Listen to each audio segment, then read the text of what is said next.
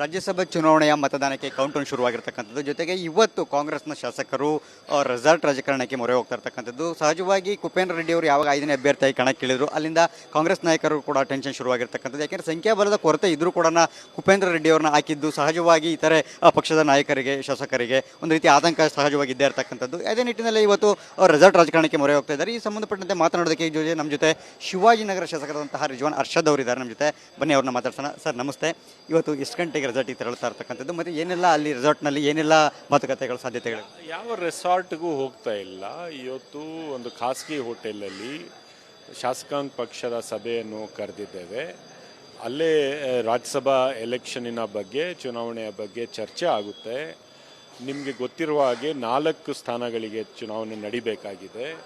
ಅದರಲ್ಲಿ 3 ಸ್ಥಾನ ಕಾಂಗ್ರೆಸ್ ಪಕ್ಷ ಸಾಮಾನ್ಯವಾಗಿ ಗೆಲ್ತಕ್ಕಂಥ ನಮ್ಮ ಹತ್ರ ಸಂಖ್ಯಾಬಲ ಇದೆ. 1 ಸ್ಥಾನ ಬಿ ಜೆ ಪಿಯವ್ರು ಗೆಲ್ಬಹುದು. JDSಗೆ ಅಷ್ಟು ಶಾಸಕರ ಬೆಂಬಲ ಇಲ್ಲ.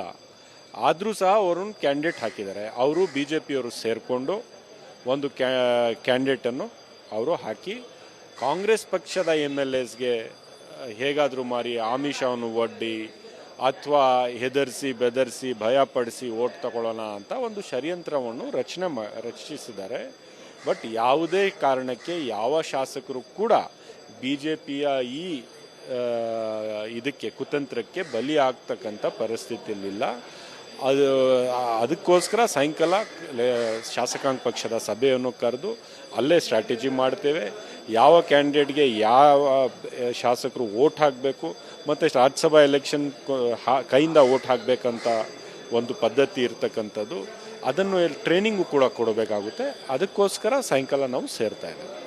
ಹೋಟೆಲ್ನಲ್ಲಿ ರಾತ್ರಿ ಉಳಿಯುವಂಥದ್ದು ಆಗುತ್ತೆ ಅಂತ ಹೇಳ್ಬಿಟ್ಟು ಈಗಿರುವಂಥ ಮಾಹಿತಿ ಅಂದರೆ ಅವಶ್ಯಕತೆ ಇತ್ತು ಅಂತ ಹೋಟೆಲ್ ಉಳಿಯುವಂಥದ್ದು. ಯಾಕೆಂದರೆ ಎಲ್ಲ ಭಯ ಶುರುವಾಗಿದೆ ಅಂತ ಕಾಂಗ್ರೆಸ್ ಶಾಸಕರಿಗೆ, ನಾಯಕರಿಗೆ.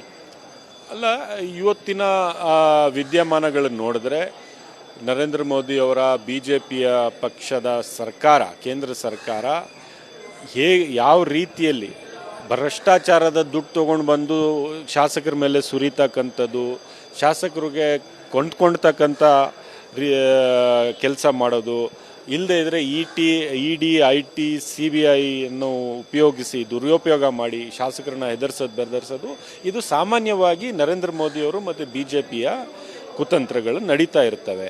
ಅದಕ್ಕೋಸ್ಕರ ನಾವು ಎಚ್ಚರಿಕೆಯಿಂದ ಇರಬೇಕಾಗುತ್ತೆ ಒಂದು. ಮತ್ತು ಎಲ್ಲರೂ ಕಡ್ಡಾಯವಾಗಿ ಅಲ್ಲಿ ಉಳ್ಕೋಬೇಕಂತೇನಿಲ್ಲ, ಯಾರು ಬೇಕಾದರೂ ಉಳ್ಕೋಬಹುದು. ಹೋಟೆಲ್ ಅಂತೂ ಬುಕ್ ಮಾಡಿದ್ದೀವಿ, ಅಲ್ಲಿ ಮೀಟಿಂಗ್ ಅಂತೂ ನಡೆಯುತ್ತೆ, ಸ್ಟ್ರಾಟಜಿ ಅಂತೂ ಮಾಡಲೇಬೇಕಾಗುತ್ತೆ.